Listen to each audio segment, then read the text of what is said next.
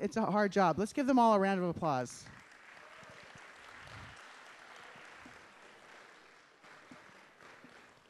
So my name is Stephanie Hamilton. I'm the president of the Anacortes Chamber of Commerce. And as my staff knows, tonight's like my Disneyland. I love this. I love listening to people who are passionate and who want to represent us, and I love to just hear what they have to say. So I'm pretty excited. There's a little program, and it talks about turning off your devices. The forum is being recorded. It will be on Channel 10 starting Friday at 9, 2, and 6, and it will be streaming on the website as early as tomorrow morning. So we say that because we'd rather you not use your devices to film. It's just a little distracting. Also with taking pictures, members of the press, of course, can, but if the rest of you would just refrain from that, that would be wonderful. Sorry, I have 2 pieces of paper. So question forms are on the back table, and they can be turned into the question reviewer's desk that's straight back, and I'll introduce them in a minute. Questions must be able to be asked of all candidates. Any question turned in that only has one candidate will not be used. But you can always go to that candidate later and ask that question, so don't hesitate that. So I have a couple special thanks. This is our moderator, Jason Easton. Jason's been involved in politics in the community for years, and he's a friend of mine, so he said yes. So thank you for saying yes. Our question reviewers at the back, they're both past chair of the Anacortes Chamber of Commerce board. We have Pam Allen and Robin Pestorino. And Robin is also the past president of the League of Women Voters, so she helps me stay sort of in the league rules, but we're the Chamber of Commerce. So what you're going to kind of notice tonight, this is a Chamber of Commerce forum, and so commerce means business. So a lot of the questions we're asking are going to be related to business, and that's really important in our community. We have our question runner. His name's Dan Mall. He's the head of the ambassadors. He's in the back. And our 2 timers, Amanda Hubick and Heather Miller, are chamber staff people. Real quickly, candidates. So you're going to have an opening statement of 2 minutes, and Heather's going to hold up 30 seconds, and then she's going to hold up 10 seconds. 10 seconds. She'll do it. She'll begin. But when we get to the answers, from the question to answer, since they're only 1 minute, she's only going to do the 10 seconds and the end. So just pay attention to that. She'll do it with a smile, and then if you keep going, she'll start waving, and then she might stand up. I don't know. And then from the city, our videographer is Mitchell Babarovich. Thank you, Mitchell. So with that, I think we're ready to get going. So, yeah. Thank you, Stephanie. Candidates, just so you're aware, the blue light is how you'll know if your mic is on. So that's just a piece of housekeeping. Touch it in the center, and that will be blue. Candidates, I want to admonish you tonight to honor the amount of time that the audience has taken to be here and the Chamber of Commerce to coordinate this event, and do your very best to answer questions as directly as possible so that everyone here has an opportunity to hear how you feel about these issues. All right? You can nod your heads. That's okay. All right. Oh, Stephanie has one thing. Sorry. I did want you to know that besides your questions, there's been a group of chamber members who've been working for about 6 weeks on questions. And so the question reviewers will look at your question and say, wait, is it a duplicate of something we've already created and fine-tuned? And so you may not get your question answered tonight, but again, these are your candidates. Feel free to ask them. Thank you, Stephanie. I have one announcement. Rudd is the chairman of the Whatcom County Council, and they are meeting this evening, and Rudd may have to excuse himself so that he may take part in some very important votes. So if you see Rudd needing to leave, that's why, and so thank you for your understanding. All right, candidates, let's start with the introductory question. And Rudd, we're going to start with you. Tell us about your experience working with the business community and how you will work across the aisle for the betterment of small business. Hi, my name is Rudd Brown, and I was born in Australia. My father had 4 heart attacks when I was a child, forcing my family onto welfare. I left school at 16 to help out, and both my father and brother died when I was 17, creating even greater stress and hardship. I worked as an apprentice mechanic, a fisherman, taught myself computer programming at 23, came to Canada at 29, married my bride and nurse at 30 and became a US citizen in 2002. I've been recognized as an Ernst & Young Entrepreneur of the Year, a Whatcom County Business Person of the Year in 2004. My company received several awards from Inc. magazine and others for my business, environmental, workplace achievements, and rapid growth. I'm a proud member of Rotary, past chairman of the Washington chapter of the Seattle Young Presidents Organization, former VP of the Vancouver Entrepreneurs Organization, and a former aircrew member for the US Coast Guard Auxiliary. I've donated my time and money for over 20 years to a broad range of community groups on issues like homelessness, healthcare, insurance costs, business, water quality, environment, and kids. I started a high-tech green computer recycling business in 1987, sold it in 2011, and during the process I created 360 family wage jobs in 5 countries, 140 of them locally. I was personally responsible for the company's $75 million budget, and I didn't use your tax dollars to do it. Since 2014, I've served as an elected member of the Whatcom County Council, this year as council chair and previously as finance chair, a legislative role responsible for oversight of $200 million budget and 100 different programs. I recently led the rewrite of the economic development section of the county's comprehensive plan. I co-sponsored the formation of the county's new business advisory committee to support a new strategy intended to bring 3,000 new family wage jobs into the area over the next few years. And I'm also actively involved in coaching other young businesses. Thank you. Deborah, would you like me to repeat the question? No, that's fine. Okay. Thank you. You're welcome. Hi, good evening. I'm Deborah Lakanoff. I am running for Washington State House of Representative of the 40th LD, and it is an absolute honor to sit here in front of all of you. I grew up in Southeast Alaska, born and raised in a fishing village. Just a little bit. Most of those boats sitting out in your harbor sat in my harbor. I was a young girl who grew up working hard. I think most of their fishermen's clothes I washed, and I think as I grew up, I think I served most of the fishermen coming off those boats. I realized the value of local community. When prioritizing the economic development of Anacortes and the 40th LD, I strongly believe it comes from this priority here in this community. Every concept, every economic idea comes at your kitchen table and comes up to me, and as your state legislature, I will invest in that opportunity. I come from a Swinomish tribe. I've worked there for the past 16 years. I've worked on economic development. I've worked in governmental affairs, addressing many different areas of providing opportunities for our members and all members within the Anacortes, Skagit, and Samish Island area to come and work for a community that strongly believes in building value, building commitment, and building economic development.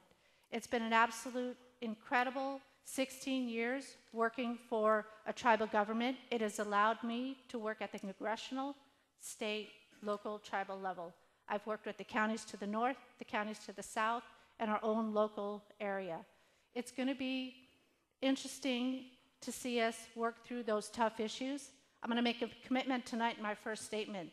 The Dakota Creek side situation, which is the elephant in the room, is a commitment that I'm going to find a way to work at the state, at the local level, to find a waiver, to make sure that that family in this community who has given so much to all of you is taken care of.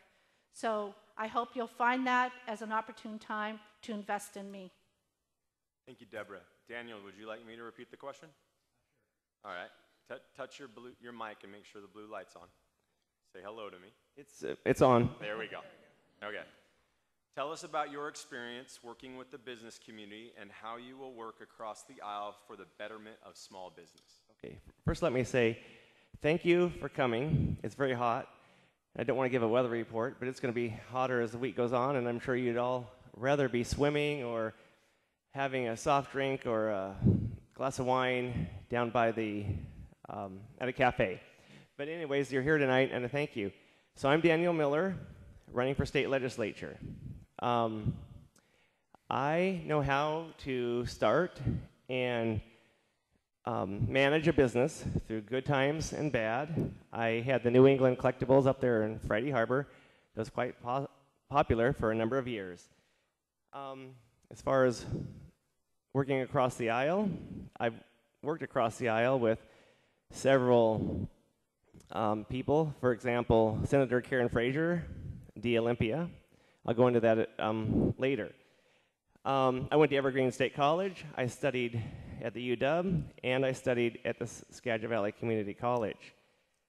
I know how to navigate Olympia, and I believe that at this time, I am the best one to navigate Olympia for the upcoming issues we're going to be facing. From homelessness to taxes, from the Tea Party to the Green Party, there's a lot of important issues at stake. And I don't have a lot of time to go into a lot of issues right now, but one thing's for sure, I can guarantee I don't want to go to Olympia and raise taxes willy-nilly. I don't have any interest in going to Olympia and raising taxes willy-nilly.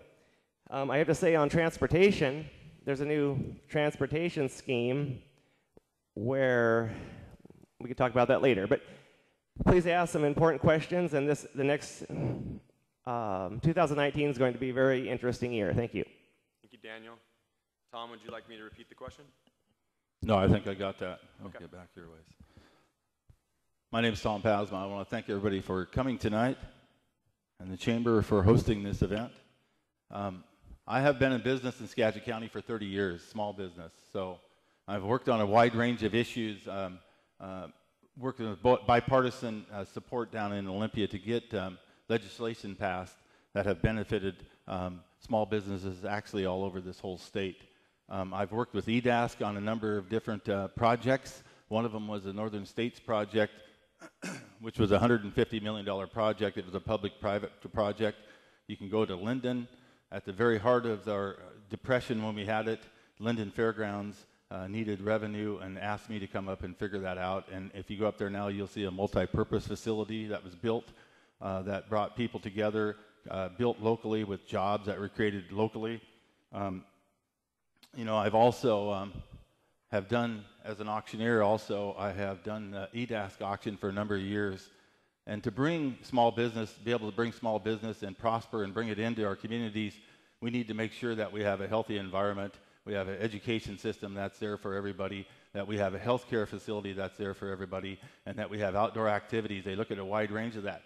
EDASC does a great job with that, and I'm very proud to have been helping them through the years with that also. I was also, this is my 30th year in Washington. I'm originally from Montana, but when I was in college, I was the only student ever to be voted on the Beaverhead Economic Development Association of Beaverhead County, Montana.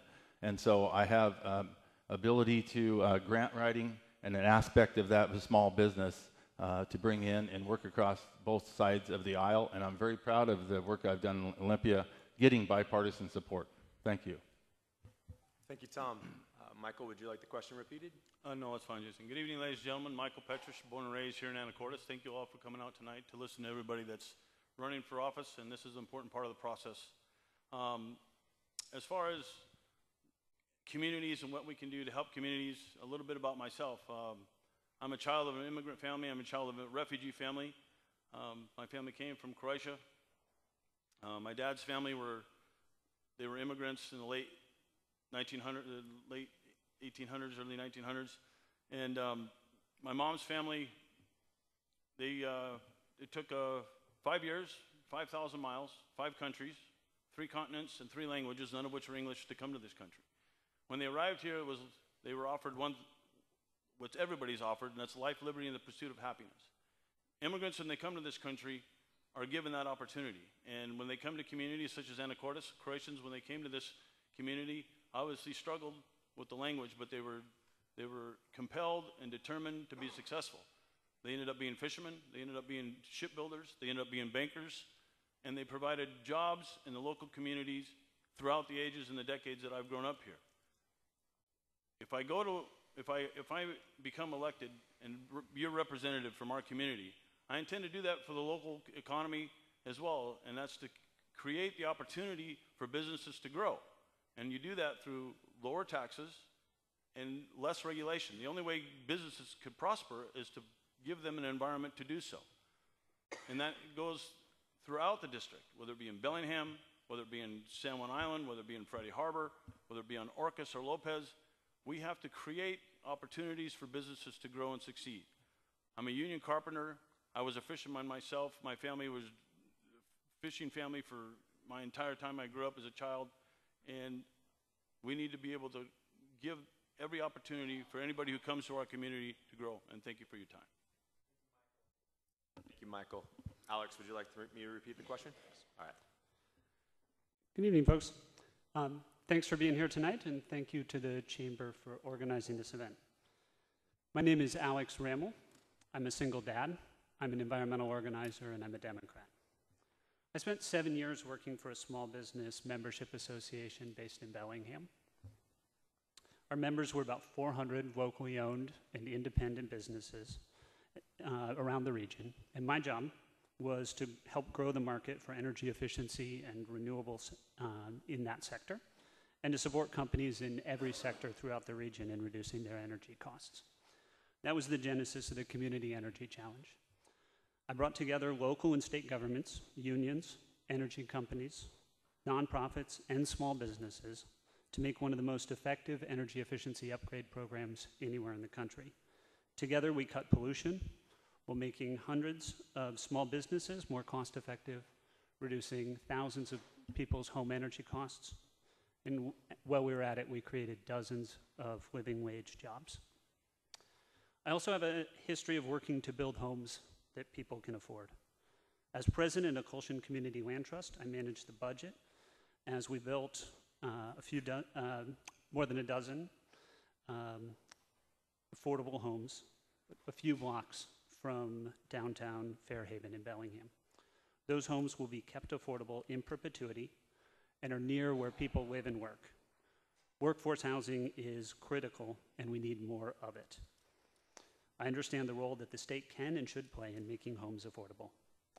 Because of my strong record on clean air and clean water, I'm the only candidate in this race who's endorsed by the Washington Conservation voters. And I've also received an endorsement from the United Steelworkers, who represent the refinery employees here in Anacortes. You may not expect those groups to always see eye to eye, but we've worked together, built trust, and found common ground. The skills that built those coalitions are the skills that will make me the best representative for our shared values in Olympia. Thanks. Alex. Candidates, we are going to use a rotating system, so the next question will be first answered by Deborah, and we will continue to rotate who gets to answer the question first throughout the rest of the forum. These are now 1-minute answers, and I intend to enforce the 1-minute rules, so we want to honor everyone's time. All right, the next question to you, Deborah. If you had the opportunity to build bipartisan support for a single bill of your choosing, what would you address, and how would you build your support? I think one of the most important issues that we're dealing with is taxation. Many of you have seen in our senior citizens, I raise my hands to you, we're going to take care of each and every one of you for taking care of us.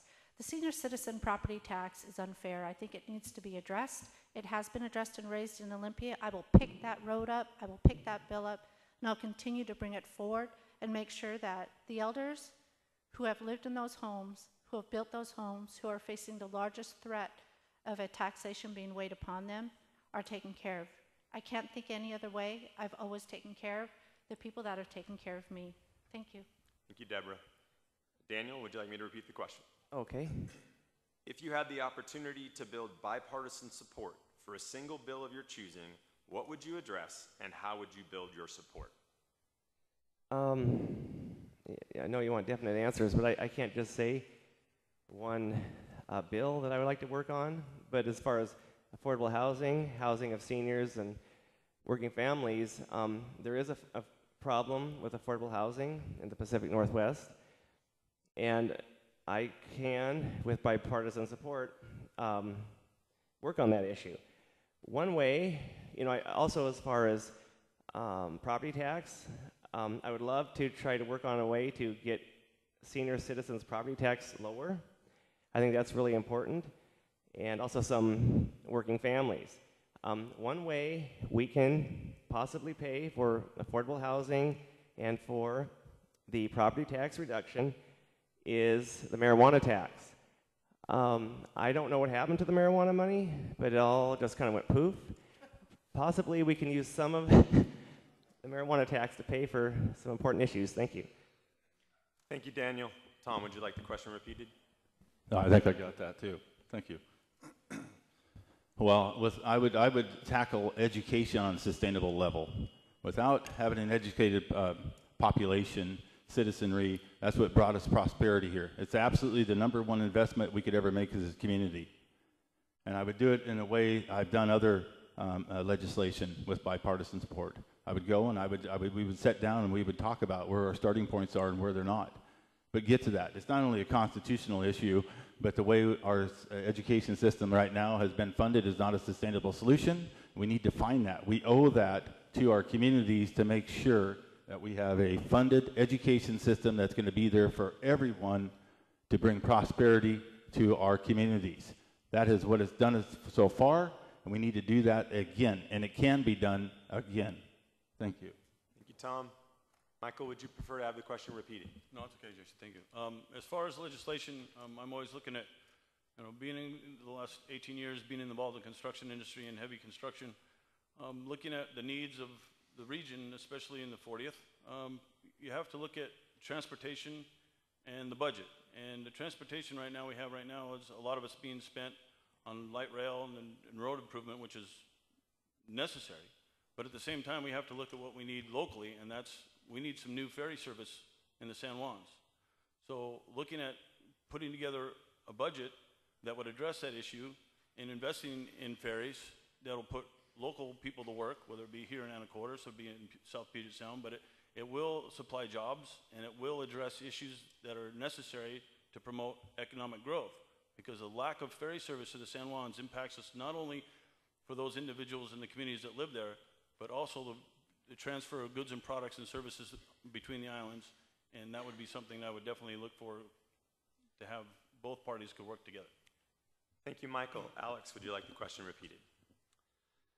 Folks, we're in an affordable housing crisis in Western Washington, and my top priority legislation will be working to fully fund Washington State's Housing Trust Fund. This is 10 years ago.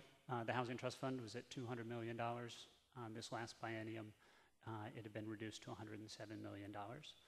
Here locally, the Anacortes Family Center applied for a grant from the Housing Trust Fund last year and was denied in part because of these budget cuts.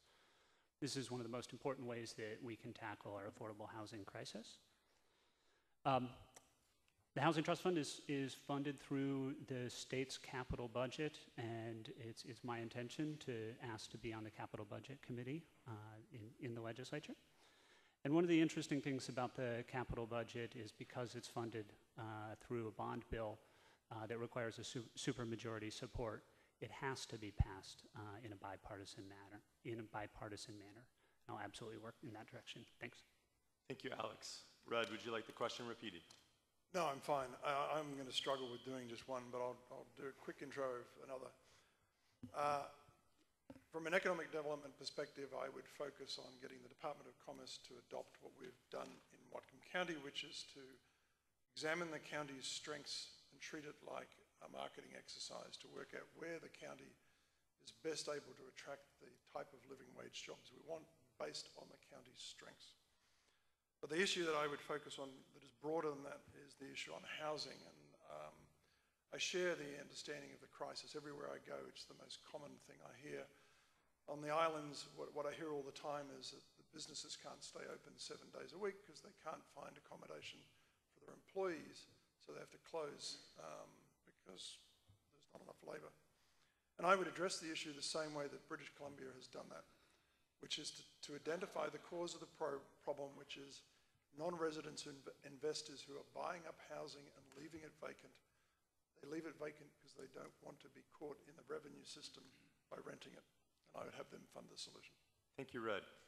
Candidates, the next round of questions are yes/no questions. In front of you is a piece of paper that is two-sided. One side says yes. I know this is kind of obvious. And one side says no. I will ask the questions.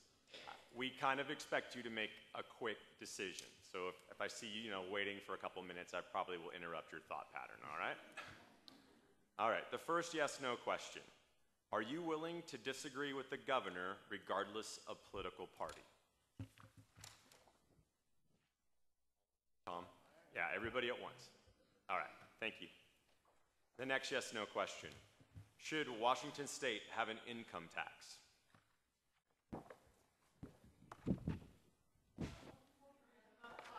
A little higher, thank you. All right, the next question. Are property taxes too high? Thank you. Should the 1% property tax cap be raised? Should the 1% property tax cap be raised? Yes or no? Thank you. And the last yes/no question for this section. Do you believe that Washington's employers should bear a majority of the state and local tax burden? I'll repeat it. Do you believe that Washington's employers should bear a majority of the state and local tax burden? Can you clarify what you mean by employers? Yeah. Yeah. People who employ someone. So are you, Do you just mean, for do you mean people clarification, or company? We'll go, Deborah. I was going to say, do you mean small business or business owners or corporations should bear the larger tax? Just to help you? Yeah. So this is, remember the context is this is for the Chamber of Commerce. So yes, I think the yes is to your answer, your question would be Thank you. yes. Thank you for the Alex, clarification. do you have another question? Do you have a question? All right, let's vote. I guess I'm looking for the it's complicated yeah. side of my card. You could fold it in half if you want to, I guess. I just want to let you know, I think the question's pretty clear. Well, thank you, Red. All right, now we're going to move back to the 1-minute questions, and the first person to answer will be Daniel. All right. How will you work to get state spending back in line with state income, just like we all must do as businesses and individuals? Well, fairly simply, I'll do careful spending if I get elected. I'll look at the budgets. I'm not interested in going there and raising taxes, but just simply careful spending. Trying not to get into the territory of overspending so much, and also looking at money that's in budgets. Well, I hate to harp on the subject, but like the marijuana tax, where did it go? And the lottery tax, where did that go? So just careful spending. Thank you. Tom, would you like the question repeated? Okay. How will you work to get state spending back in line with state income, just like we all must do as businesses and individuals? Okay, so we have a plan, first of all, where we're going, how we're going to get there, and how we want to do it, and make sure that everyone's paying their fair share. You need to, I would also look at our tax system is not set up good the way it is anymore. Our sales tax is an up and down valley peaks. We went from a goods economy in the early 90s. We do more of a service economy, so we bring back less. We actually need to I believe we need to look at a three-legged stool where we have part of income, property, and sales tax to weather all the ups and downs of the economic activity. We need to make sure that our tax breaks and tax subsidies are not bad for business, but we need to make sure they're there for that purpose, and there is sunset clauses on them, and also clawbacks if they're not living up to the agreements that we have made. Thank you. Thank you, Tom. Michael, would you like the question repeated? That's fine, Jason. Go ahead. I think if you look at a budget, just like we all do in our own homes, whether it be in a business or your own private home, is that we have to prioritize how we spend our money. As far as the state of Washington is considered, the state of Washington does not have a revenue problem. The state of Washington has a spending problem. And we have to prioritize how we spend our money, just like we do with our own budget. So whatever issues and how we're going to spend that money, we need to look at what issues need to be addressed, what priorities rank 1 through 10, for instance, and then allocate those funds based on what's best for the state and what's best for our district. Thank you, Michael. Alex, would you like the question repeated? Okay. So Washington State does have a balanced budget. It's required to, and every other year when the budget is passed, it's a challenge, and folks have to make tough decisions. I'd anticipate being part of making those tough decisions again in the future. Unfortunately, it's a balanced budget, but it's balanced unfairly on folks at the bottom end of the economic ladder. We have the most regressive tax system of any state anywhere in the country. And I believe we need to be working to correct that. So the solution that I would endorse that I think has a real chance of passing in the next year is capital gains tax levied on the capital gains above $25,000. For each individual, 7% tax would raise about $1 billion per biennium and would both reduce the regressivity of our tax code and would also, sorry, my time's up, thanks. Thank you. Thank you, Alex. Rudd, would you like the question repeated? No, that's fine. So first off, I've had a lot of practice with this, and I'll just point out that when I started my business, I started with $30,000 and an idea. I grew it for 7 years straight at 40% per annum without any outside funding or even a line of credit from the bank. So I think I learned how to manage my money fairly well.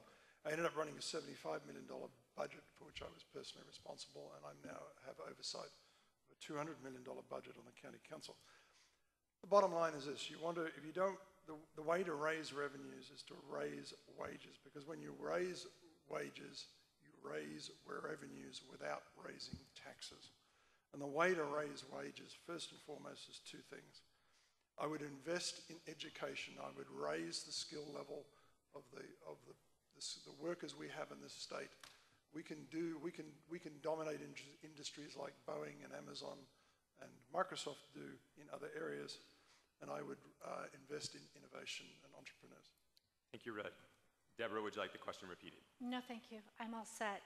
You know, as you walk down Commercial Street, how many small businesses do we see going down that street? I walk it, I run it, I love it. That's what Anacortes is about. Our B&O taxes need to be taken a look at, and I think we need to say, you know what, we need to take care of small business. How many small business owners do we have in the crowd? Congratulations. Thank you for taking care of our community. B&O is really important to me. I want to make sure that when I get down to Olympia, my boots are down there waiting for me. Remember, they're those extra tufts that I used cleaning fishing boats when I was young. I want to sit on the finance committee, and I'm going to work really hard to look at tax reform. Income tax is important. We're going to take a hard look and figure out how is that going to be addressed, and how do I do that as your state leader? But how do I do it so we make sure we take a look at what the medium different incomes are? We do not want it weighed upon those who are stuck in the medium income class tax, and that's where I am. So I'll take care of you, you take care of me. Local, community, B&O taxes is where I'm going to focus on first and foremost. Thank you, Deborah. Thank you. The next question will start with Tom. A common threat to businesses cited by local business owners is overregulation, fees. Oh, I apologize. We need to start with Daniel. No, we started with Daniel. We're starting with Tom. Right. All right. I apologize, my fault. It's all right. You're right. No problem. We'll start the question over, Tom. A common threat to business cited by local business owners is overregulation, fees, and taxation. What is a practical solution to minimizing this threat?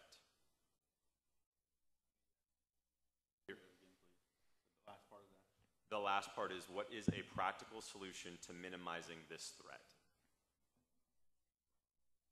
Okay, so I agree that there could be some overregulation, there could be some taxes that are very burdensome, not only on the local levels, but the state level. And that's where you need to actually have people that have... Test, 1, 2, there we go. So we need people that have actually ran a business before, and not only that, but when you are working on issues like what is affecting small businesses, those people need to have a voice, and you need to come together on that, and you need to have an educated voice on that, and that comes from the small business community. We need to work together to make our a better environment for all prosperity of small business, on the tax, on every part of that. You know, one of our biggest burdens that I have been involved with as of 30 years is our B&O tax, and we need to look at that. Thank you. Just a note to the candidates, if you get too close to the mic, you won't sound as good. So stay back just a little bit from the mics, okay? All right. Then the next person to answer this question is Michael. Would you like it repeated? Please. A common threat to businesses cited by local business owners is overregulation, fees, and taxation. What is a practical solution to minimize this threat? Well, if you look at some of the things that happened, let's say in the last 2 months, is a perfect example of what happens when you overregulate or overtax or impose on taxes on businesses that shouldn't be. Seattle is a perfect example when the Seattle City Council tries to impose the head tax on some of the larger businesses in Seattle.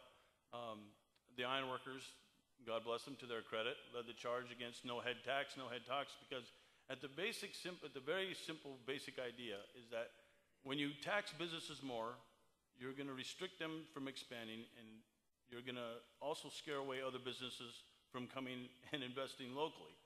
You're discouraging businesses to come to your area, and those that are already there, you're punishing them. So for me, it's a very simple operation. We need to keep taxes low. We do not need to further regulate businesses and restrict the opportunity for growth in our area. The best way to promote economic growth is to allow businesses to expand and to invest where they need it, hire more people, and that expands your tax base as well. Thank you, Michael. Alex, would you like the question repeated? No, thank you. So when I worked for Sustainable Connections, one of the roles that I played was helping interface with the city and county government in Bellingham and Whatcom County for a number of businesses in the construction sector that were running into regulatory barriers, trying to implement innovative practices in green building and construction. Things like the city of Bellingham was requiring stamped engineering for solar panels, adding $1,000 to the cost of those projects. We worked closely with building official and city and county government officials to eliminate more than a dozen of those barriers while I was working there. The goal of government should be to create a level playing field for businesses across the industry. And when there's unintended consequences in blue laws, we absolutely have to work to identify those problems and clear those barriers. Thank you, Alex.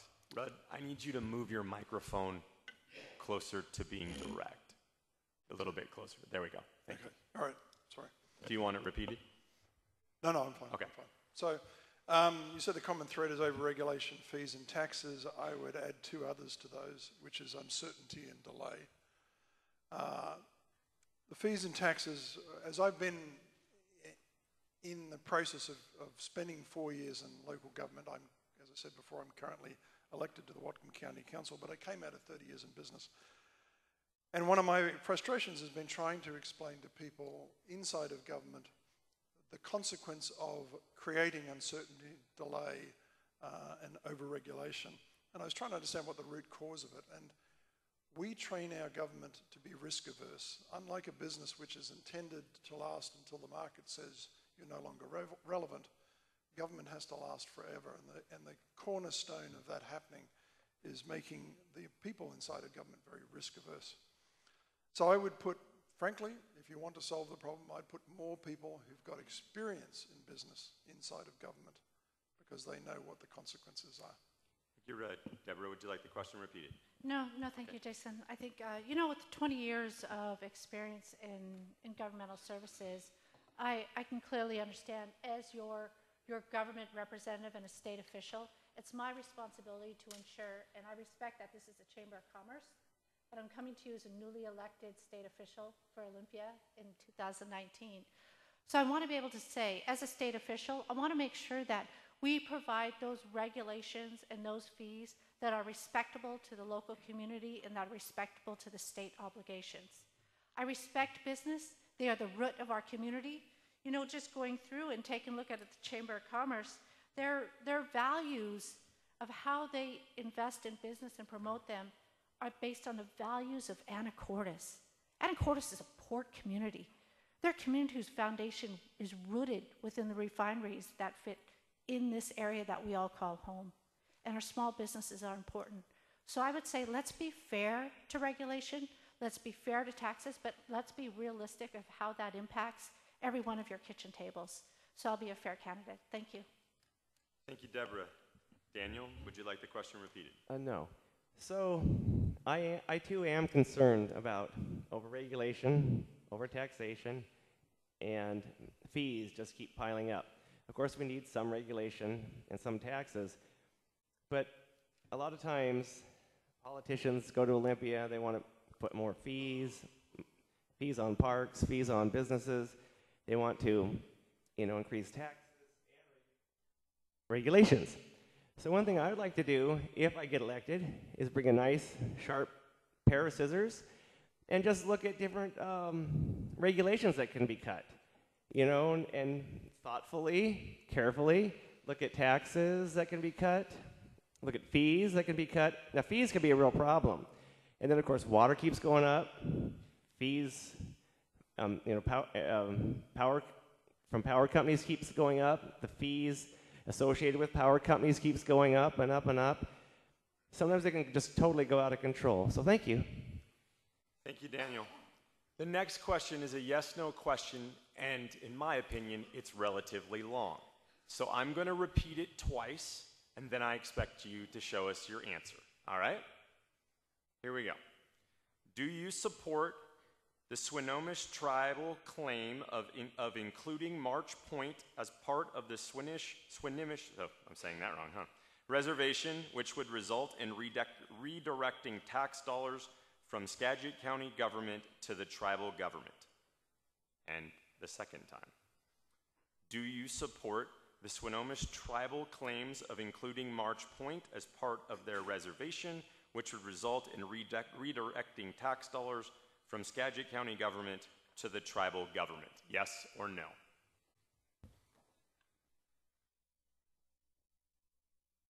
Thank you. The next question, we'll start with Michael. How will you work to create a business environment that will promote the creation of jobs? Well, creating jobs, a lot has to do with identifying what needs. So it comes down to the individual and identifying a need or a service that's needed in that area. Whatever that may be, we as legislators have to create the opportunities and allow, whether it be tax incentives for those industries or those in those markets, coming together to come up with a plan for small business, talking to other businesses in the area, what worked for them, and finding the best route that will allow those businesses to grow. Thank you, Michael. Alex? Would you repeat the question? I will, sure.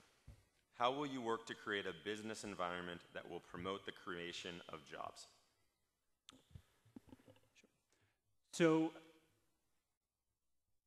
I believe that our economic development strategy in Washington State, we spend a lot of money trying to, through the Economic Development Associate Organization program, trying to recruit businesses to come to our communities, which is ultimately a zero-sum game. We're competing between communities in Washington State to try and see who can attract which businesses where, away from each other. I'd like to see us spend that same amount of economic development money, helping companies that are already here, companies that are already invested in our community, companies whose owners are already have kids attending our local schools, helping them succeed, helping them find ways to recruit new employees and grow their businesses. Thank you, Alex. Thanks. Rudd, would you like the question repeated? No, it's fine. So first off, when it comes to creating jobs, I'm interested in creating family wage jobs with benefits, which is exactly the ones I created. There were 360 family wage jobs, healthcare benefits, family leave, 401k, etc. I think the key issue is to understand, particularly in Whatcom County, we are a place that generates a lot of talent. We educate a lot of people through Western, through BTC, through Northwest Indian College, through Whatcom Community College. For example, Whatcom County has one of the best cybersecurity schools in the nation. But what we do is we educate these kids and then we export them elsewhere. And the problem is some of those kids will turn around and start their own businesses, and they'll start their businesses in the town that they're living in at the time they get their idea, and Harry will talk to Frank and they'll just say, let's start a business. And they won't come back to Bellingham, or they won't come back to this community. So we lose the next generation of economic development. We have to retain that talent here. And the best way to do that is to provide an environment that encourages them to do that. Thank you. Thank you, Red. Deborah, do you want the question repeated? No, that's fine, Jason. You know, I'm sitting here as a Washington State resident, as a candidate who's going to represent all of you and all 137,000 members of the 40th. As I knock on your doors, as I meet with the unions, as I meet with their tribes, as I meet with the county officials throughout this whole district, not just to the north, the east, or the south, they say one thing. If we're going to build a strong economic foundation for our community, we start with education. We start with education. We start with education. Early education to job placement. Every person has a community that has a community member who's going to go to higher education, who's going to work as a journeyman, a plumber, an engineer, or a homemaker, or a baker. We as a community need to make sure 7 generations from now that we build the leaders in our communities by investing in education. I look a little different, I sound a little different, I'm brand new, I'm a mom. I'm invested in making sure that our communities are sustainable through strong education. Thank you. Thank you, Deborah. Daniel, would you like the question repeated? No. Thank you, though. I appreciate that. You're welcome. So development of a good business climate is very important. A lot of times, first let me say, a lot of times it's on a personal level. Like I started a store, New England Collectibles, so I know how to manage a business through good times and bad. But we need education, we need recruitment, we need tax incentives, and sometimes tax reduction, fee reduction, and regulation reduction. But I have to say that I want to start, as soon as I get to Olympia, I want to start working on creating a good business climate here in Washington State.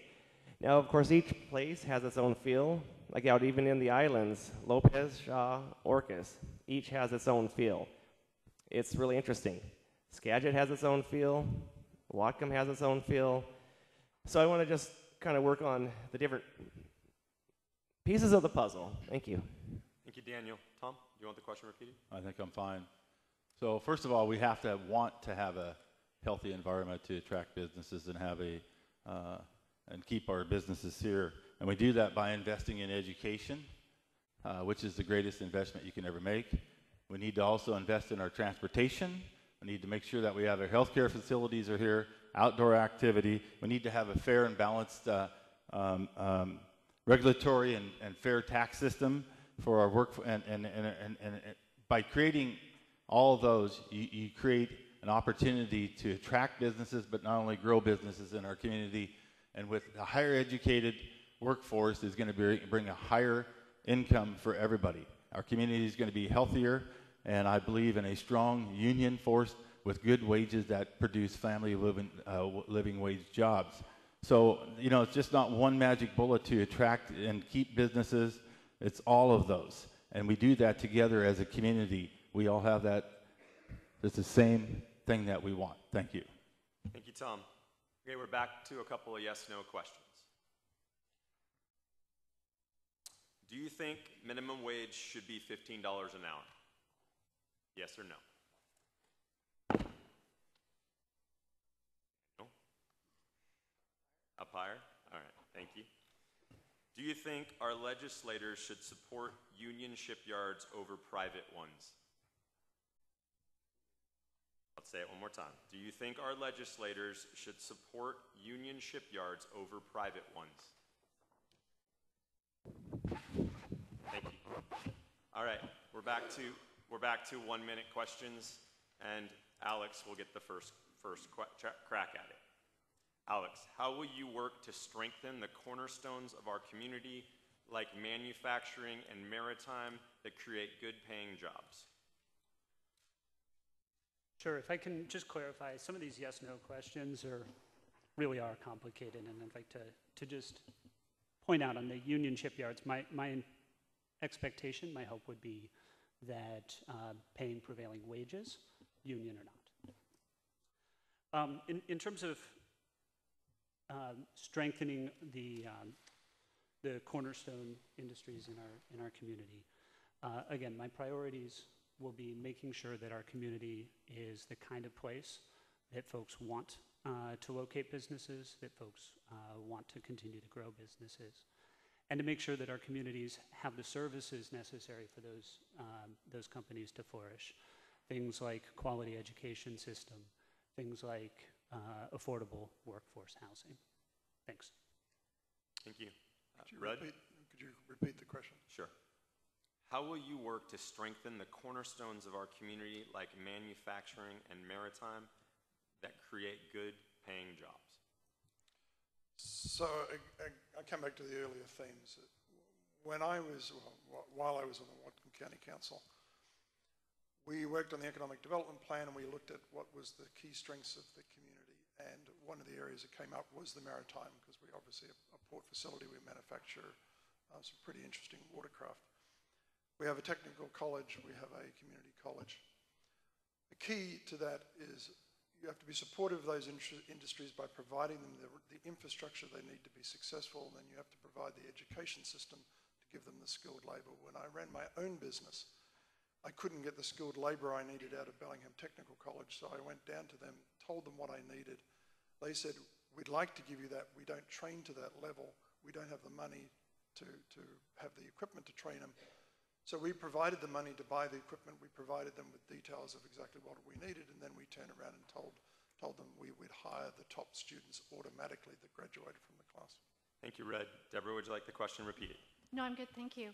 You know, I'm excited about this. Here in Anacortes, you have some of the best technical schools, and you have a diverse group of workforce people who are layered in every job, whether they're going to be engineers at Shell, whether or not they're going to be divers that are working on the safety measures.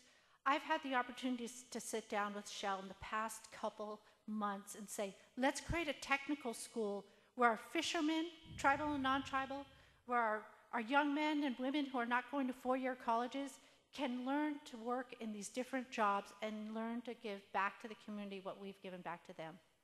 Creating a relationship with our partners at Shell, creating our relationships with our fishermen, creating our relationships with our community members provides us the opportunity to bring those community members who call this place home income so they can buy the houses, pay taxes, buy milk, and put their kids through school.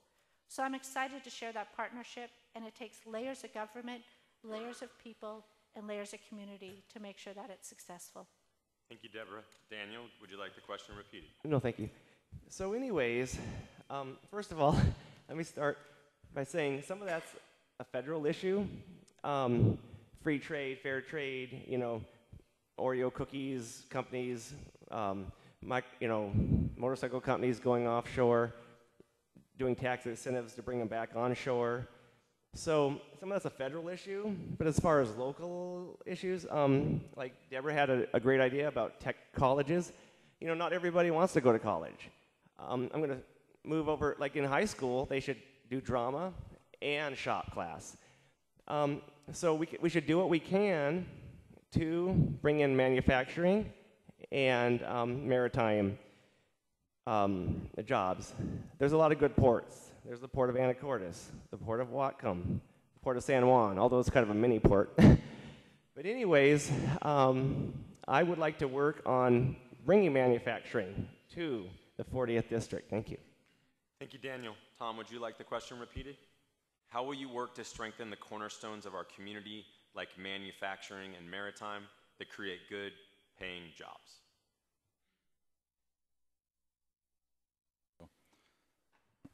Trade's very important, not only through our county and our state, and our manufacturing. Our deep water ports are very important also, and we have an opportunity. They're going to be here. They're always going to be here to bring in new commerce. But I talk about, the educational part of it.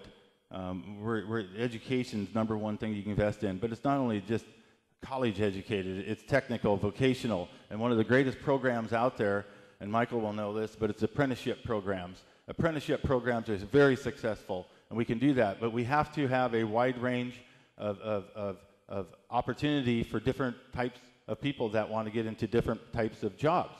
And we do that with investing in all those, investing in our infrastructure, making sure that our infrastructure is updated so we can attract those, make sure we have the best infrastructure. You know, one thing that our Port of Skagit's doing, it's the first one in the state, it's a public with the port, and the PUD is our broadband internet access coming from Anacortes all the way to Hamilton. That's really going to open the door, and it's going to make us right front and center for the opportunity to bring in new jobs. Excuse me, sorry about that. Thank you, Tom. Michael, would you like the question repeated? No. Okay. You know, a lot about what, just kind of what, is your mic on? what Tom had just said. You know, education and investing in education is the future. What Tom just mentioned myself, I'm a union carpenter, I'm a journeyman carpenter. I went through apprenticeship to become one. And there are many apprenticeships out there, whether it be a pipe fitter, whether it be a welder, whether it be an electrician, an iron worker, a shipwright, a millwright. These are all professions that, and to respond to the last question, Jason, when you talk about union or non-union, or a private, I know many private shipyards that are union. So those are all opportunities for people to grow and for the economy to be greatly impacted by it. Education is, there's people out there, there are children out there that don't do well in a classroom atmosphere. And they do well with their hands. They do well to be a decent mechanic. They do well with engineering. Put something in their hands and they flourish. There's opportunities out there that we have to allow children to expand, and that's why we have to allow for school choice. Thank you, Michael. Alex, would you like the question repeated? Please. How will you work to strengthen the cornerstones of our community like manufacturing and maritime that create good paying jobs? Sorry, I did already answer that question. That's why I was... Oh, actually, I apologize. Thank you. I was the first one on that. Candidate, so you could answer it twice, but that would have been unfair, wouldn't Get it? a second bite at the apple. There's always a good screw up from the moderator at any of these, so I'll take that one on the chin. Yes, no questions, okay? 2 of them. Are you ready? All right, here we go. Do you support the carbon tax initiative I-1631? Thank you. Do you support current refinery operations in our region? All right, this is going to be easy. You all said yes, so the second part of this question is what I want you to answer, all right? If yes, so you all said yes, how would you work to keep our refineries competitive? And we will start with Red. Well, I think we have to be reasonable with the regulation of them. One of the interesting things in the discussions I've had many discussions with the people at the refineries, particularly BP and Phillips 66. And one of the things that they've talked about is they'd actually rather build a new refinery in California, even though the regulations are tougher, but they're more certain. And they know that if they build a refinery down there, if they meet the criteria, there is no uncertainty that they will get the permit. And I come back to the earlier comment that, you know, that one of the real problems in running a business and interfacing with government is uncertainty, delay, and unreasonable regulations. We've had a lot of challenges with the refineries up there because there's been a discussion about allowing them to export unrefined fossil fuels, which has concerned me because if we allow the export of unrefined fossil fuels, we'll end up with 2 things. We'll end up with significant increase of oil by rail traffic through our communities, and we will export the jobs along with the crude oil. Thank you, Red. Deborah, would you like the question repeated? Could you please? If yes, and so you answered yes, Thank you. how would you work to keep our refineries competitive? I think one of the most unique opportunities we have here is this community here in Anacortes. Most of your foundation, your employees and families are all connected to the refineries. You know, my family is connected to the refineries. Educate, educate, educate, and build your refineries into the community. Without our refineries and our unions, we wouldn't have our school systems. We wouldn't have the opportunity for Little League. For me, to be a competitive refinery, you need to be part of the community. In our years of working with Corey and Shirley over at Shell, they're doing extraordinary things, such as investing within each and every one of our children. We have the best school system in the nation. Mark is doing an extraordinary job, but it comes from money. It comes from money. I hate to say it, money does make the world spin. But the nice part about our refineries and making them competitive, they have the best science and engineers. And if they're going to do it, they're going to do it right. And if they're going to grow it, they're going to grow it right. And Anacortes seems to be doing that to me. Thank you. Daniel, would you like the question repeated? Sure. how would you work to keep our refineries competitive? Well, first let me say, of course, refineries create a lot of jobs. A lot of people in the communities work for refineries. How do you keep them competitive? Well, some of that's on a federal level, but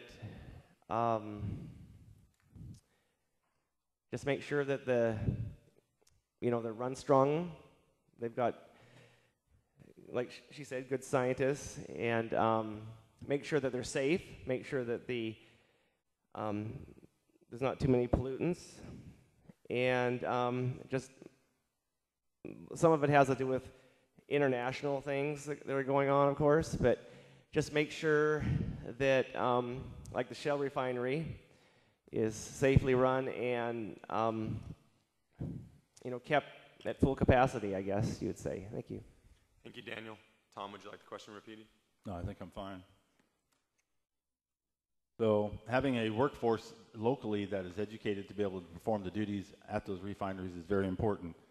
Right out here, 1,000 jobs out here at the refineries. For every one of those jobs, they're the highest paying jobs in the county, but for every one of those jobs, they connect 12 other jobs. So we need to be aware of that. People need to be educated on that and making sure of that. We need to make sure we have a safe environment for our workers always. We need to make sure that we have the best infrastructure that we can have. That's going to be an opportunity. And anytime we can invest in our infrastructure and having the best technology at the refineries also is going to be very important for making sure that our refineries are competitive. Thank you. There we go. Thank you, Tom. Michael, would you like the question repeated? No, thank you.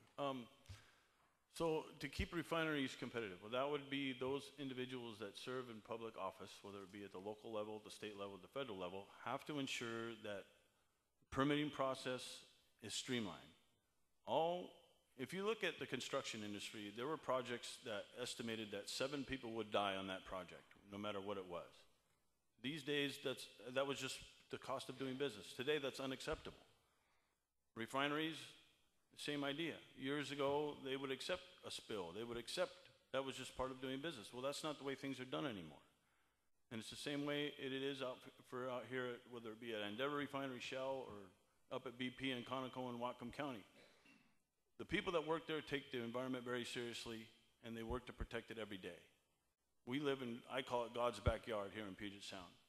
So the people that work out there take their jobs very seriously, and those of us that serve in public office, God willing, will be able to do the same thing to protect the environment, but yet allow businesses to flourish. Thank you, Michael. Alex, would you like the question repeated? No, thank you. So our refineries here in Washington State are among the most financially competitive in the country. They already are competitive, and they're competitive in another important way as well. We have some of the highest environmental and labor standards anywhere in the world at the refineries on the Puget Sound. And as we continue to move in the direction of more and more clean energy and using less and less fossil fuels, that's something important for us to keep in mind, that we are doing it as well as it can be done here locally.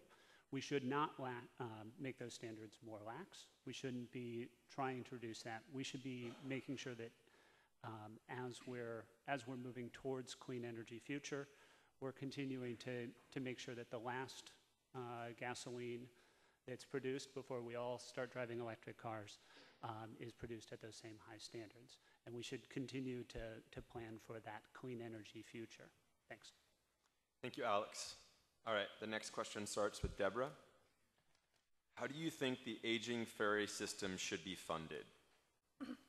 You know, we have, going out into the islands and working through Anacortes, the funding for the agencies should come through the Department of Transportation, and we believe that Amy has done an extraordinary job. So if you have an opportunity, find Amy at the DOT and tell her thank you. We'd like to be able to take our ferry systems and be able to renew them into greener ferry systems, the electrical ferry systems. You know, we're talking about refineries and making them green and having the best engineers. We're Washington State. We're the 40th. If we're going to set a model across this nation, then let's do it right. Let's pay the funding through DOT receive the opportunity to green our ferry systems and make sure if the Salish Sea is going to take care of us, that we in return take care of them. Thank you, Deborah. Daniel, would you like the question repeated? Okay. How do you think the aging ferry system should be funded? Well, of course, they're our highway system, so they need to be funded by the Department of Transportation. That's how they need to be funded. Perhaps the gas tax, although I don't support raising the gas tax. So they have to be funded by the Department of Transportation. We got to make sure that they run on time. The ferries have had a lot of problems the last 2 years. They've been breaking down. Rudders have been getting damaged. So we need to make sure that they, are taken care of. But they're a highway system. They need to be, And incidentally, I want to add, I don't support toll roads. There's a move afoot possibly of making an I-5 toll lane, and I don't support toll roads. Thank you. Thank you, Daniel. Tom, would you like the question repeated?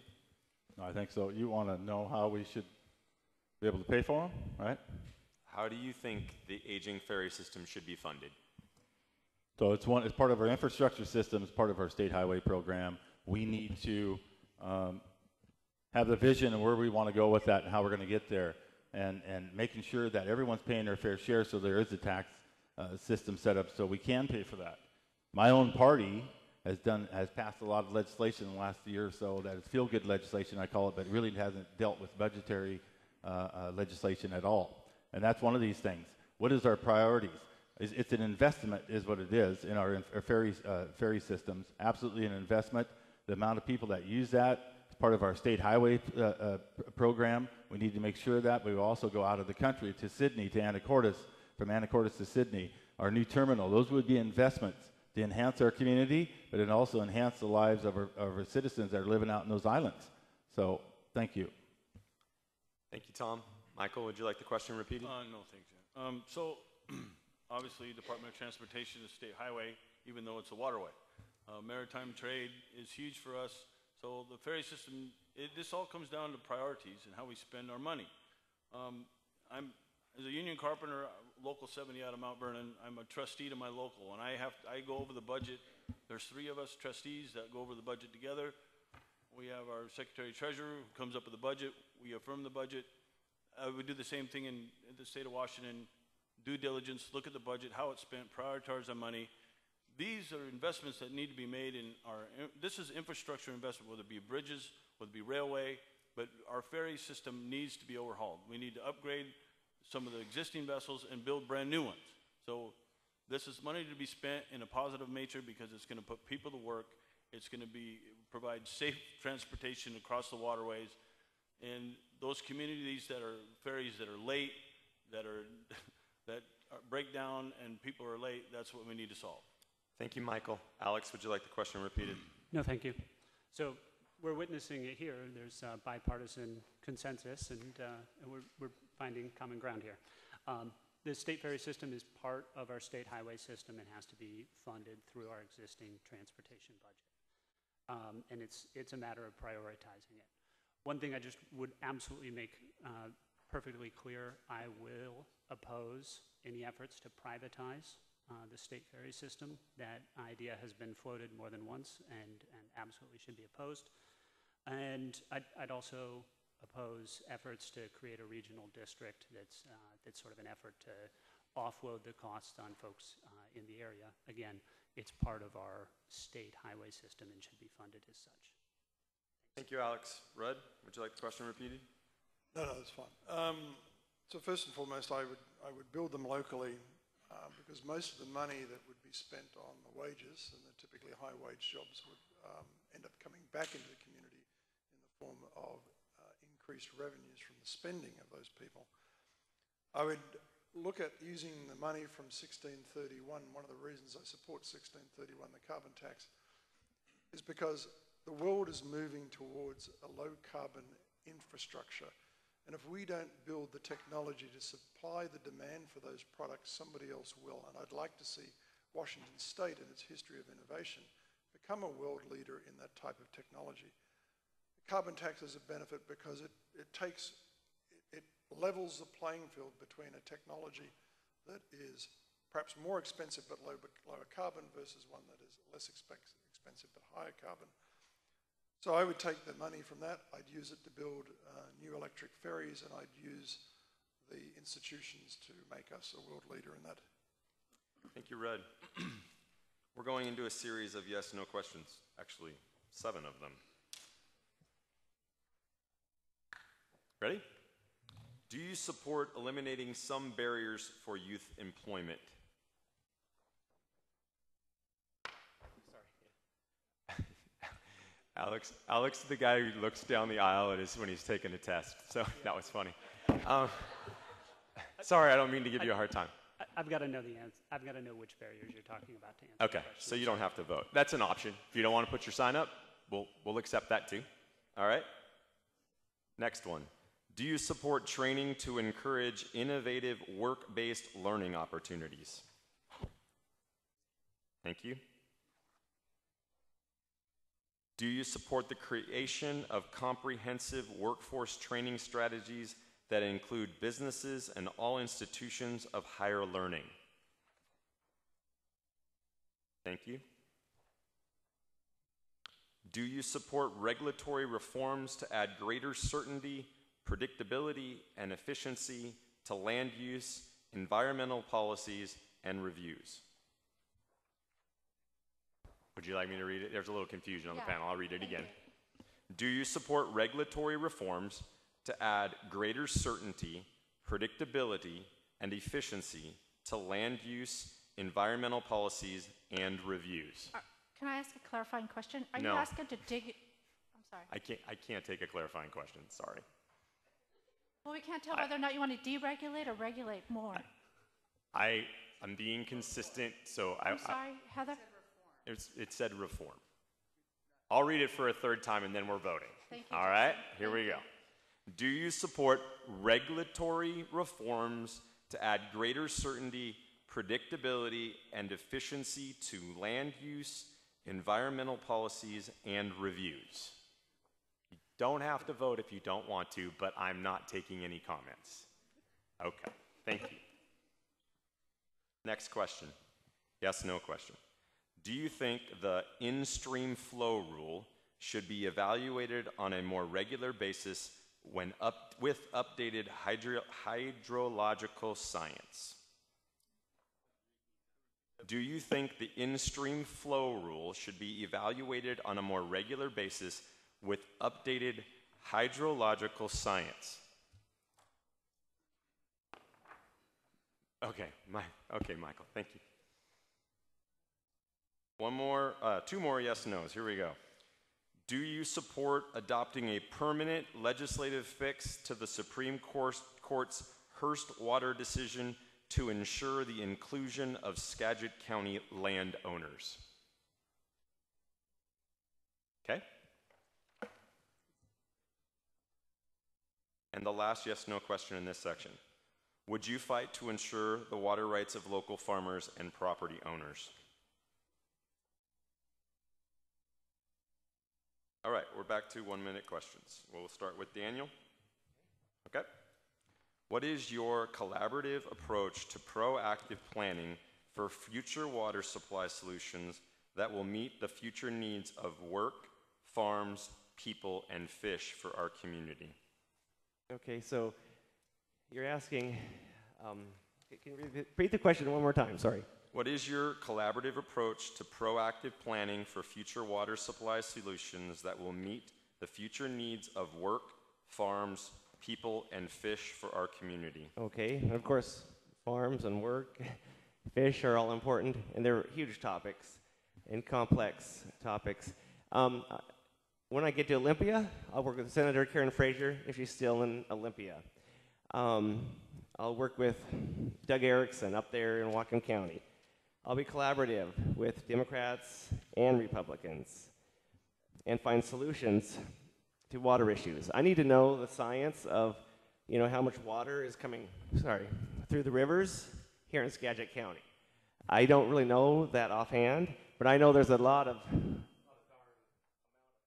water coming through these rivers. And there's a lot of water, and runoff from Mount Baker, different watersheds up there. But I will work with Democrats, Republicans, Greens, Tea Parties, farmers. Farming is very important. Agriculture is very important to me. Thank you. Thank you, Daniel. Tom, would you like me to repeat the question? Got it? Okay. Thank you. Okay, so being Vice President of the Blanchard Edison Water Association, which is the largest independent water association in the state of Washington and one of the largest in the United States of America. So the first thing you do is you actually have a plan and how you're going to do that. Conservation, infrastructure, each part of that. Having a plan on the Hearst and making sure that everyone has the ability to get water, making sure that you don't overstep your bounds on your senior property or your water rights, but also for communities, it's all about planning. It's about planning where you're going to put that community, how you're going to conserve the water, how are you going to make sure that everyone has access to water with the best infrastructure you can have. How are you going to go about that? And then investing in that, making sure that everyone does have access to water is very important, and it's going to get harder and harder as the future grows. More people want to come here. Thank you. Thank you, Tom. Michael, would you like the question repeated? No, thanks, Jason. As far as water in Skagit County and how the water is affected, especially in the Skagit River, it's glacial melt and rainfall, which we have no shortage of here in Western Washington. That being said, obviously we have to have real science. We have to have real research and hydrologists and how the water is affected in Western Washington. But as far as the so-called water crisis here in Western Washington, it's just not so. Those private landowners, when they're drilling for their wells, are usually 150 to 200 feet below the surface. And any water, the groundwater that affects the Skagit River is everything within 20 feet and above. So runoff and so on, that's what affects the rivers, not aquifers, which are 150 feet, 250 feet, or 200 feet below the surface. The science is out there. This is public knowledge. With a few minutes online, you can find this information for yourself, so it's really not a very difficult decision. Thank you, Michael. Alex, would you like the question repeated? No, thanks. So with both growing population and with the changing climate, changing the hydrologic cycles, we need to absolutely get smarter about how water is being allocated and how it's being used. The good news is that in Skagit County, is unlike many other places, that there is sufficient water for all of the different needs. The right fix to this issue, though, is fixing the broken and inadequate system that creates perverse incentives. That's our current water rights allocation system. The good news, the other part of the good news is that Skagit County is farther ahead than a lot of other communities in understanding how much water there is, who's using it, and how, which puts us well on the way to what we need to do, which is bringing everyone to the table to continue to fix, to figure out the right allocation. Thanks. Thank you, Alex. Red, would you like the question repeated? Nope, that's fine. So I spent a lot of time on this issue already because being in Whatcom County, of course, we were the front line for the Hearst decision. So I spent about 200 hours working on understanding the law behind it and then trying to come up with a solution. That solution is actually available on my website. If you go to voterodbrown.com, it's on the bottom of the brochures. It's under a section called Water, Net Zero Water. It's designed to allow a person to recognize the net consumptive use between what the water comes into the house versus what goes back out through the septic system, and then to mitigate it and to meet the three key Supreme Court rulings, which was Fostermer, Postumer, and Hearst. I've talked about this with several people, including the Department of Ecology. To the best of my knowledge, it's a viable solution that could address most of these issues. Do I look a little excited to talk about this? Yeah. Chipping at the bit over here. I'll be quick. I have a minute. I'm your only candidate up here who knows water in the Skagit. I'm the only person who knows the science, political, and the policy side of it. I've been working water before I think many of you worked water, and I respect each and every one of you. Water is the very essence. If we don't have water, we don't have jobs, we don't have housing. It's the very essence of the whole district in the 40th. We should be proud to be talking about water in the Skagit. We should be proud of talking about water in the Skagit. I'm going to be honest with you. I'm not a scientist. I'm not an attorney, but I'm going to be your policymaker. I will be the policymaker whose boots are already sitting down in Olympia. I know who the scientists are. I know the laws. I know where the policies are. I know where the counties are. I know exactly where our state legislature is on this. We are making headway in the Skagit. We're making headway in Washington State. We do not want to be where California and Colorado are, pretending like it isn't an issue or that we know the issue without the science. I'm excited to be in Olympia talking about water in Washington State. Thank you, Deborah. The next question will start with Tom, and we're still on 1-minute answers. Affordable housing, substance abuse, and mental health issues are key contributors to homelessness. How would you address the homeless issue in our district? Thank you for the question. This is something that has not just happened overnight. This is a question it's up to our communities at a local and a state level and a federal level to work together. And for too long, we have pretended that it wasn't there. It has been there. I know how many people know about the Friendship House right here in Skagit County and the good work they do. Right here in Anacortes, they're doing a lot of good things with trying to help transition the homeless into it. We have 1,000 children in this Mount Vernon School District that are homeless. Not because they don't have a job, they can't afford a home, or there's not a home available there. We need to make sure the State Housing Trust Fund is totally funded every year. We need to also look at building homes at a trust area where they're always going to be there for affordability for people to live if they need them. We need to do this as a community because we've been neglecting it for way too long. Thank you, Tom. Michael, would you like the question repeated? No, thanks, Jason.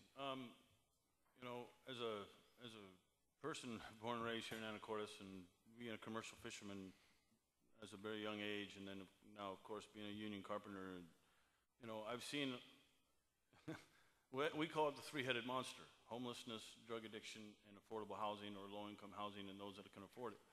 I'm sure there's people in this room that have friends or know people that have overdosed. I mean, it's just, what's happened in our communities is your heart goes out to people that need help, and we need to help those that need help. But there's a difference between a hand up and a hand out. What we're seeing in the state, we're attracting more and more homeless. That's not what we want to do.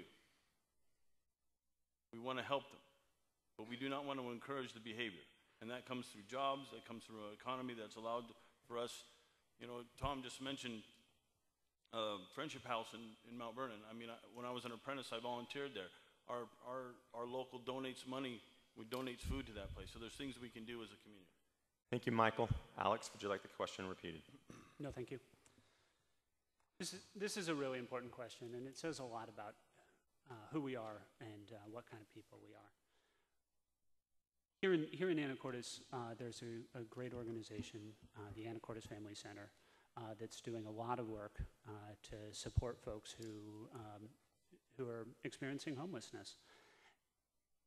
There's organizations like that helping different populations all throughout Washington in every community. And those organizations need the state government to be a full partner. I worked for an organization like that in Whatcom County called Colchian Community Land Trust, building homes that people could afford. And we relied, and the Anacortes Family Center and those other organizations rely on the state government through the Housing Trust Fund to be able to construct, to be able to build those homes folks can afford. We need the state to fully fund the Housing Trust Fund. Thank you, Alex. Red, would you like the question repeated? No, that's fine. So these are all key issues, and my own personal values have been expressed in the votes that I've done in the county council, where I voted in dozens of different occasions to support programs that deal with this. The county actually won a national award for virtually eliminating homeless veterans through a very aggressive approach at identifying the root cause of each individual's circumstances. But out on the counter and probably in your mailboxes is a flyer that to me is one of the most significant issues I've ever discovered in my years in business and my years on the county council, which is this one. And what it is it talks about something I discovered last year, which is that half the homeless kids on the street are only there because they can't get identification. And if that sounds outrageous, it's not. I've talked to people in the field and they all agree. The problem is these kids leave home, or they're kicked out of home, or they have all their documents stolen and they can't get them back. So they end up in survival crime. Ask you to stop. Fine. Thank you. Deborah, would you like the question repeated? No, I'm fine, thank you. Brian, can you stand up for just a minute? Brian Carroll. Safe Harbor is a leading example. Brian Carroll has been doing years of work on homelessness, and I know I just wanted to, sorry if that's inappropriate, raise my hands to him. Today I met with Dustin Johnson. How many of you know who Dustin Johnson is? What an extraordinary young man. Him and Heather Gear have spent time and time and time on creating one of the best state programs in Washington State. They have a leading success rate of addressing the homelessness from a holistic point of view. There were 85 young students, kids, couch hopping last year, 85. The community of Anacortes has taken them in. The community of Anacortes has taken them in. You are doing holistic approaches to be able to resolve the issue.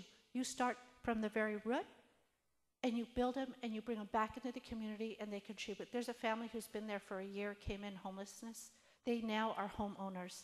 We can do a great job, and Anacortes is leading that example. Thank you. Thank you, Brian and Dustin. Thank you. Daniel, would you like the question repeated? No, thank you. So homelessness is very complex, and affordable housing is very complex, and the drug problem is very complex. So I can't really address all of those tonight, but I'll talk about homelessness real quick.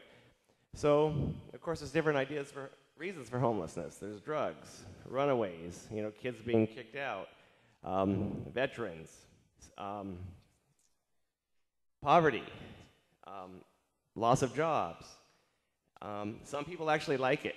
There are some people, they're on the run, they're having fun with it, they think they're being stalked.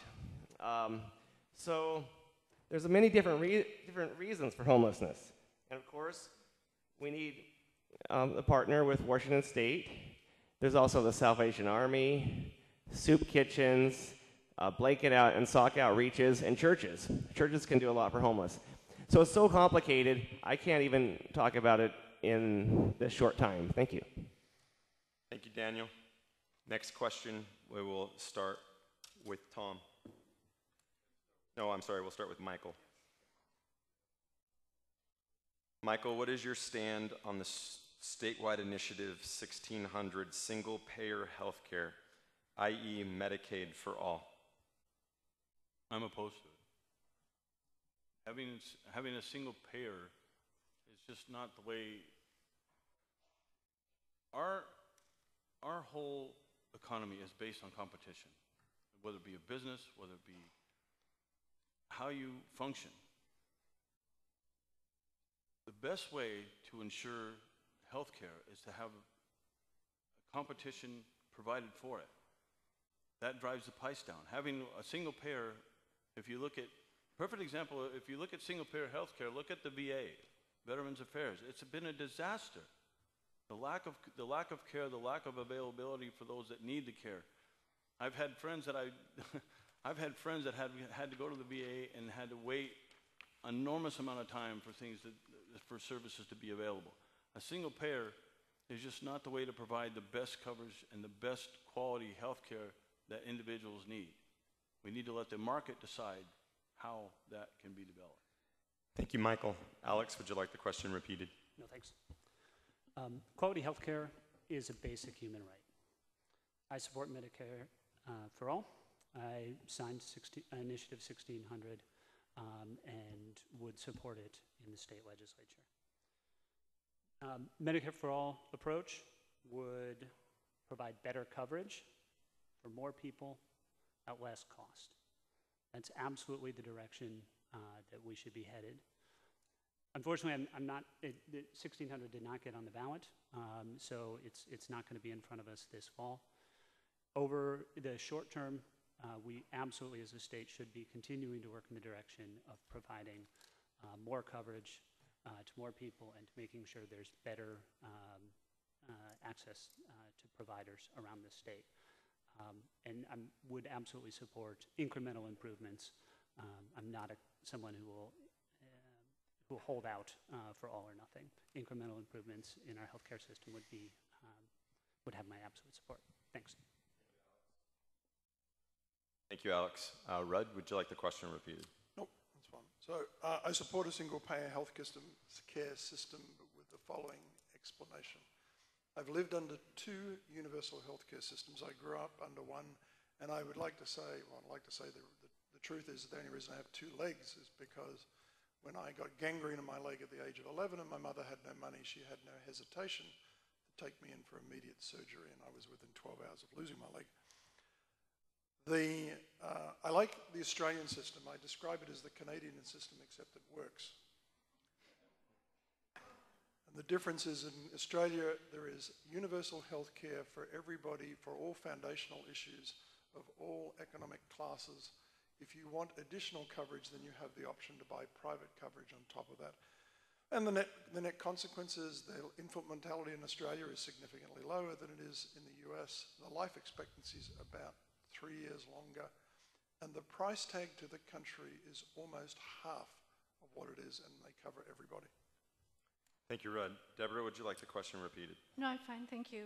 You know, I'm a Native American who also, along with the veterans, follows underneath federal health care, single health care system. I do support Medicaid for all. Thank you very much. I do support it. However, I have the wonderful experience as your upcoming state legislature to say I know the ins and outs of it. I understand how that federal single health care system works, how the Fed is tied to the state and how the state is tied to our citizens. It's a unique quality that you don't find in many state legislators. I'm happy to bring that forward. If we're going to have Medicaid for all, let's make sure we have quality health care. Let's make sure we have quality health care. Let's make sure we have quality health care. And as your new state elective, we're going to make sure that we take some of the work that I've already done down in Olympia, passing bills to make sure that dental health care is available for all of our children, working on behavioral health care, working on opportunities that provide our health care back into our own children and our elders and our citizens. Thank you, Deborah. Daniel, would you like the question repeated? Sure.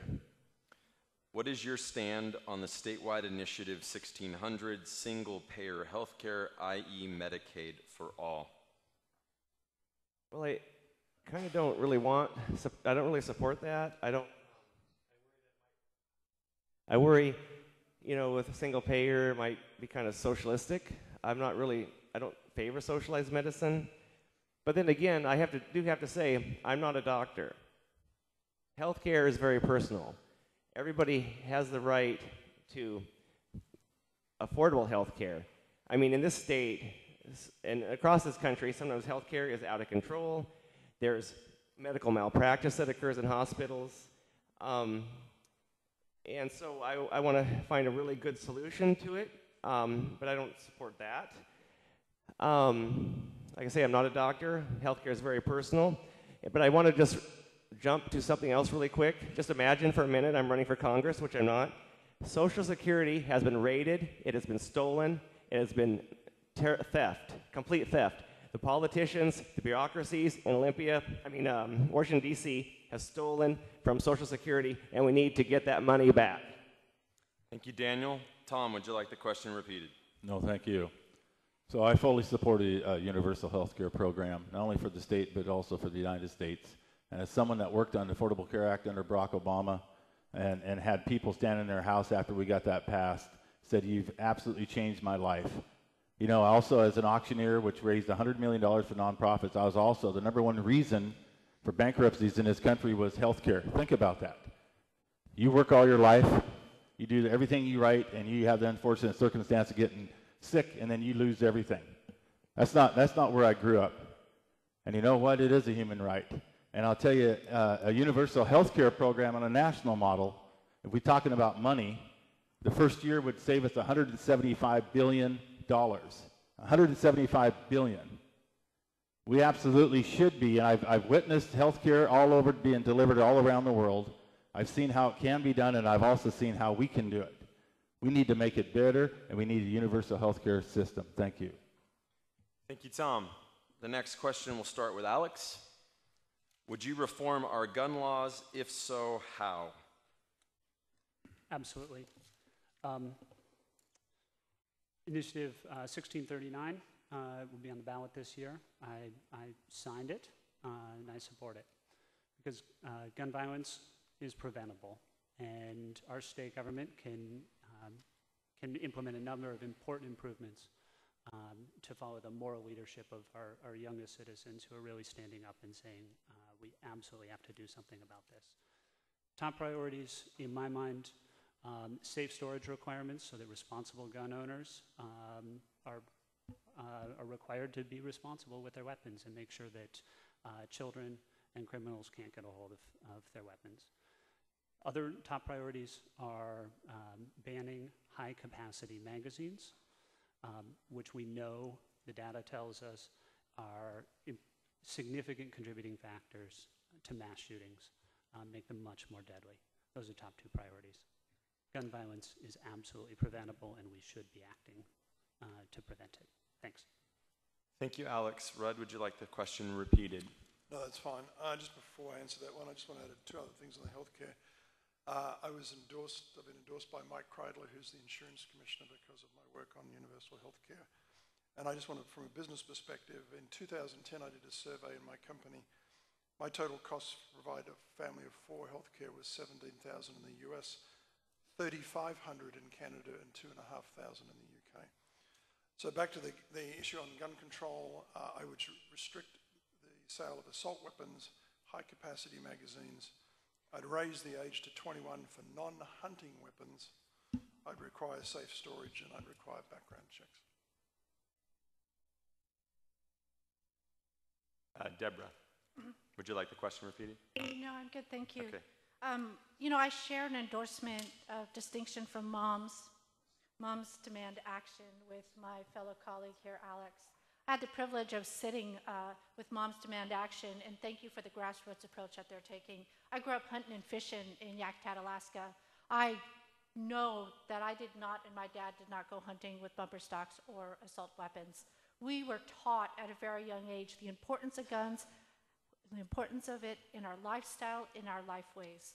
I also support safe gun responsibility in the Second Amendment. There's that line item there. Prevention is very important to me. My daughter's 14 years old. She has been raised by her dad and her grandpa and her grandpa and her grandpa, who has said, this is how you're going to be a responsible gun owner. Things have changed, as grandpa puts it. Safe storage is also important, raising the age limit, and then also training and certification and making sure that we understand that responsibility. And I'll stick to answering just your question. Daniel, do you need the question repeated? No. So, gun ownership is very important. Okay, first let me say, I support the Second Amendment. There's actually a clause in the Washington State Constitution that supports the right to keep and bear arms as well. I was on a conference call earlier today about gun laws and gun ownership, and there is a lot of laws already in the state of Washington on gun ownership. You know, there's the background check, and there's already a lot of laws on that. What I'd like to do is have hunter safety, gun safety in schools. That's really important. I've hunted, not a lot, but I've hunted elk, I've hunted deer, but never bear. I support the Second Amendment. There are some people, though, I do have to say, that shouldn't be anywhere near a gun. But there's already a lot of laws in the state of Washington. Thank you, Daniel. Thank you. Tom, would you like the question repeated? So I believe in the Second Amendment, but with rights also comes responsibility. I'm a firearms instructor. I've instructed people how to safely handle weapons for years. I'm a sportsman. I'm a fisherman. I do all that. We need common sense gun laws. Not everybody should have a gun, but in this country, there's guns prevalent everywhere. So one of the things, and it doesn't matter if you are maliciously going to do something with a weapon or not, but if it's in the wrong hands, they do not have to deal with a weapon. It's just as dangerous. Everybody should have some kind of firearms instruction. We should have increased background checks. We should have mental health. It should be put in into the healthcare part of it. We need to do, when we have responsible firearms, we have a safer environment for everybody. And as a firefighter that trains for mass school shootings, we've had enough of that. It's time to do something. Thank you, Tom. Michael, would you like the question repeated? No, that's okay, Jason. Back in the mid-'90s, I spent 4.5 years in the former Yugoslavia as an interpreter for NATO and Special Operations Command. And in my time there, I saw firsthand experience what happens to an unarmed populace versus its own government and your neighbors that don't like you very much. 300,000 dead and 1.5 million refugees. So I'm a staunch supporter of the Second Amendment. And when you talk about further gun laws and more restrictions on law-abiding gun owners, you're talking about people who obey the law. Criminals do not obey the law. Therein lies the problem. When you put more restrictions on those who obey the law, those who don't obey the law will simply shrug their shoulders because it doesn't affect them directly. When you look at a mass grave and you see unspeakable acts of cruelty, when rape was used as a weapon against young girls and women, and you'll think twice.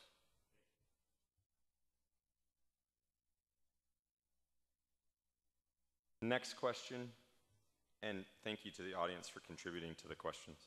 We'll start with Rudd. How do the arts contribute to the financial success of District 40? Well, my wife is an artist, and I've learned to see the world through her eyes.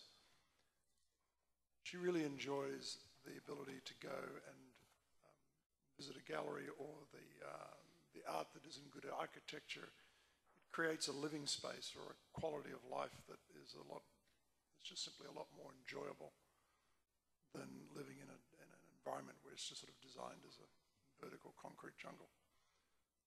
I think the arts overall just add to the overall quality of life, whether it be music, whether it be painting, whether it be architecture, whether it be a good garden. It just makes for a pleasant living space and encourages people to come here, and it's probably one of the cornerstones of the tourism industry. Thank you, Rudd. Deborah, would you like me to repeat the question? No, I'm good, thank you. And I want to say, our artists, our musicians are the very soul of our communities. Many of them have come to this wonderful area of the 40th because of their quality of life that they're looking for, but the quality of life that they're planning to give to everybody around us. You'll find that our artists are the ones who hold true to the environmental integrity, preserving the natural resources, holding business owners accountable, because they too, most of the time, are business owners themselves. Artists give back to our children. I had a young girl read a poem to me, and many of you can see it on my Facebook website. Shameless plug, vote Deborah Lacanoff on Facebook. She is a young girl of 17 who went through detrimental impacts, and the artist who came in as a caretaker taught her to bring her voice out of the troubled life that she had through poetry. Artists bring a quality and a soul to our community in the 40th, and I value each and every one of them. Thank you, Deborah. Daniel, would you like the question repeated? So, the arts contribute a lot to this area. And of course, I don't need to tell everybody, this is a very artsy area, whether you're on Lopez, San Juan, Orcas, a lot of artists. Up there in Whatcom, Fairhaven, of course, there's a lot of artists. Out in Bow, out in LaConner, there's a lot of artists. But it's not just painting or poetry, there's also film, and it can be an economic development. Film production, whether it's on San Juan Island, Practical Magic, or it's up there in Bellingham, filming different films. Art makes the area nice, people make their living off of it, and it's also economic development. I will tell you something interesting. I bet you never guess. I was in California a while back, and I actually appeared for a short time in a zombie show. They dressed me up as a zombie, so thank you. Thank you, Daniel. Tom, would you like me to repeat the question? Yes, please. How do the arts contribute to the financial success of District 40? Well, arts is part of our culture, and we need to embrace that. You know, arts, look where we live. Look what we bring in. Look into having a well-rounded community with arts is very important to have a prosperous and a healthy environment. You know, where we live, the ability to bring in people to see where we live and how we do it, and everything we have to offer is very important within our economy, within the 40th. Thank you. Thank you, Tom. Michael, would you like me to repeat the question? Yes, please, one more time. How do the arts contribute to the financial success of District 40?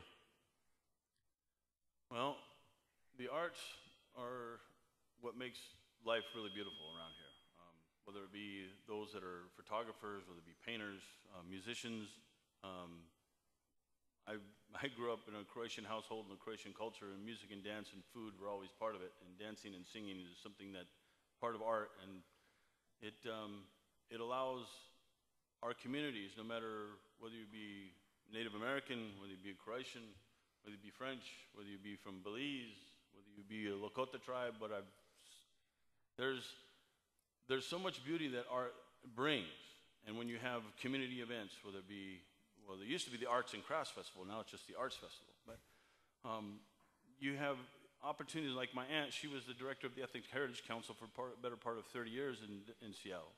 And being in part of those festivals and you bring festivals, you bring people together, you celebrate the beauty of culture, the beauty of what everybody brings to our communities. And that can be a definite impact economically. Thank you, Michael. Alex, would you like me to repeat the question? No, thank you. I'd venture a guess that everybody here has a favorite place, a favorite artist, a favorite cultural center that they like to show off when they have friends or family visit from out of town. Those places that we love, those artists that we enjoy,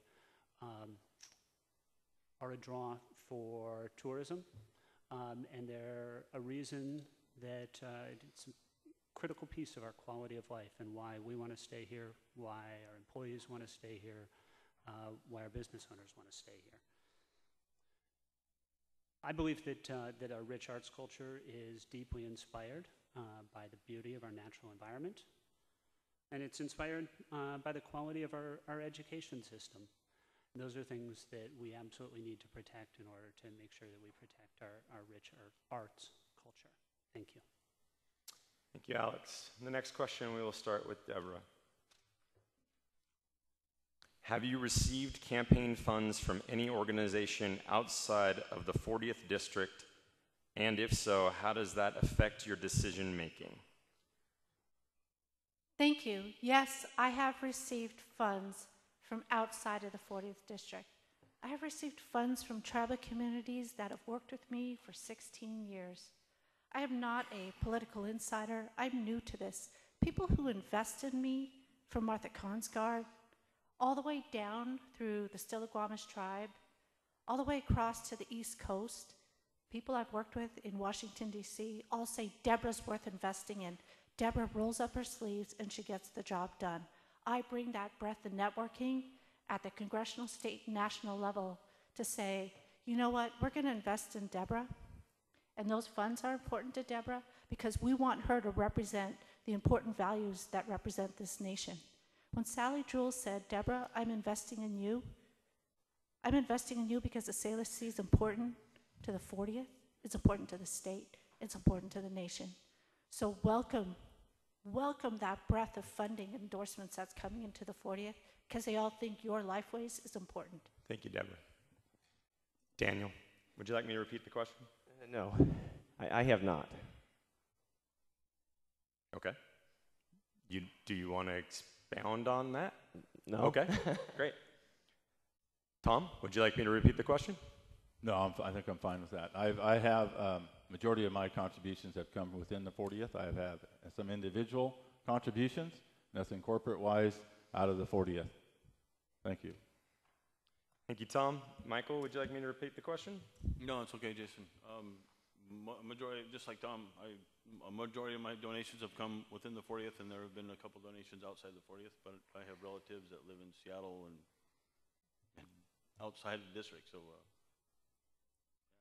Thank you, Michael. Alex, would you like me to repeat the question? No, thanks. So my campaign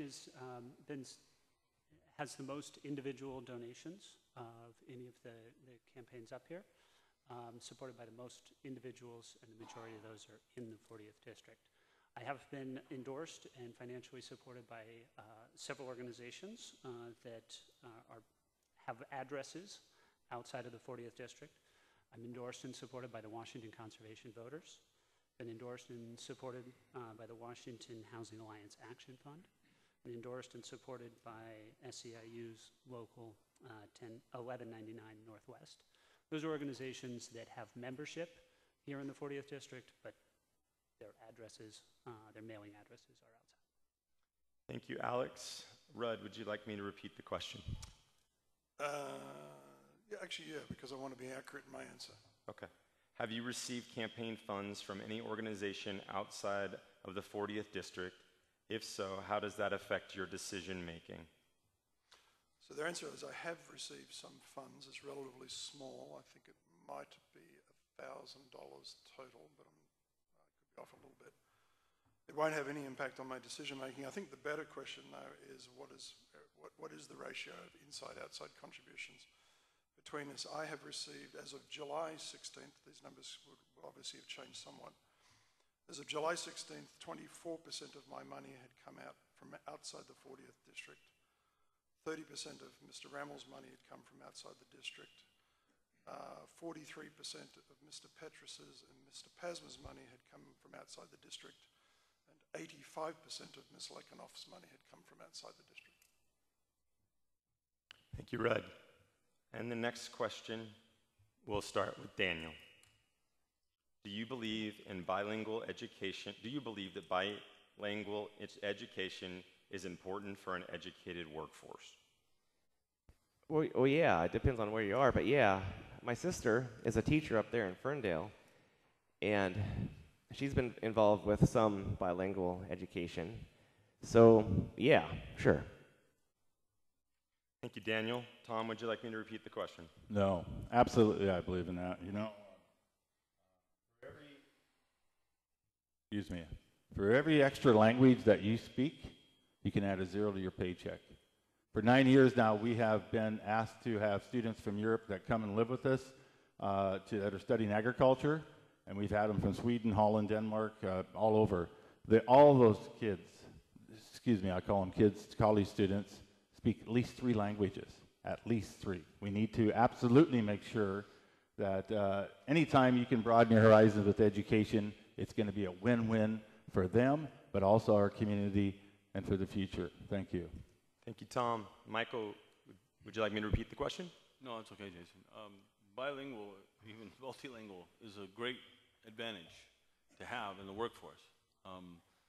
Being a child of an immigrant family, I grew up with a foreign language, Croatian, obviously, and it led to me getting later on serving as a civilian contractor for the Department of Defense. But outside of that, adding a language to you as a person adds so much more to you as an individual. Having the opportunity to converse with other people in other languages is fantastic, but in a business sense, it also gives you opportunity that you didn't have before, whether it be Spanish, whether it be French, whether it be Japanese, whether it be Russian. Here on the Pacific Rim, and the amount of countries we do business with in our state, I mean, you look at the flags of the sister city here for Anacortes. I mean, those are all opportunities that greatly impact our economy and gives those businesses that have those individuals in their professions that have more than one language is a true bonus to it. Thank you, Michael. Alex, would you like me to repeat the question? No, thank you. Mount Vernon School District has a school that's a great example of successful bilingual education program, Madison Elementary. The program started off as a pilot and was so successful. So many parents were asking to get their kids in that the entire school has now converted to bilingual education. It's been successful not only for kids whose first language was Spanish, it's been successful for parents whose where the language spoken in the home is English, are eager to get their kids into that program as well. It's successful, and it's a model that we should be implementing more broadly around the state. Thank you, Alex. Red, would you like me to repeat the question? Yeah, please. Do you believe bilingual education is important for an educated workforce? I absolutely believe it's important. Again, as a person who employed people in 5 countries and sold products into 60 other countries, it was critical to our ability to reach foreign markets. Many years ago, when I was running the business, we decided to do a survey. And we found that our workforce spoke a collective total of 60 different languages and dialects. And so we used that as a matrix. If we had customers that preferred to speak in a language that the person they were dealing with didn't do that. It's unfortunately something I didn't have the opportunity to do because I was pulled out of school when I was 16 to help support my family. So I never learned another language, and that is one of my great regrets as a child. When I was running my business also, we produced our website in multiple languages, and I was very pleased that I found a way from my campaign website now is available in 100 languages.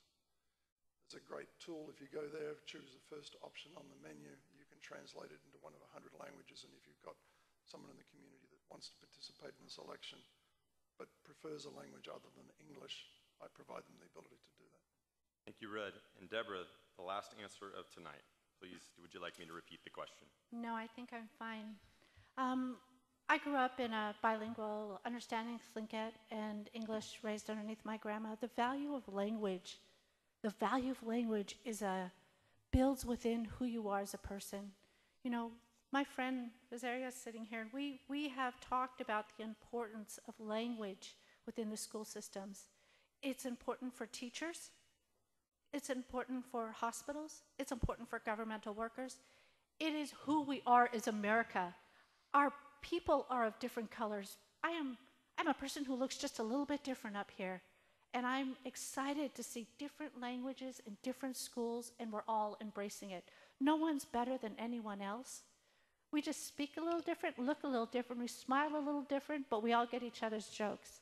Language is important, and thank you to all of my candidates who all agree that let's invest in it and let's make it happen in our school systems. Thank you, Deborah. To the candidates, as your moderator, I'm going to take a moment of privilege. Thank you for your sacrifice and the vulnerability it takes to run for office. Placing yourself before the voters of the 40th District is humbling. And to your families for all their sacrifice and all that they go through during this process, I know you're indebted, and we all should be indebted to them. I'm afraid to tell you that 5 of you will not be the district representative. But you will not serve as your community's representative, but you have served us all by running. Thank you. Stephanie?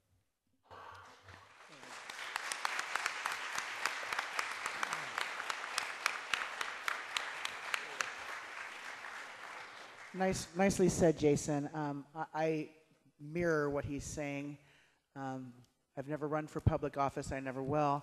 But I appreciate this. This was a grueling night, and I know it. You all shared your hearts. You shared your thoughts. I just appreciate your honesty and your forthrightness. I want to thank my good friend Jason Easton. I think he did a good job, don't you guys? And of course, to the whole audience for coming and sticking out with us tonight. Thank you so much. Ballots are due August 7th. So make sure that you... Oh, and Chris Litton, hi. Thanks for coming tonight. So is it kind of weird seeing your replacement? No. Let's all give a round of applause for Chris Litton. Thank you.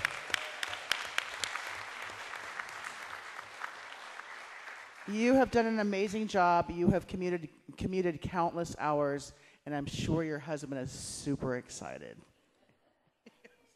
All right, thanks again, everyone, and we'll see you soon.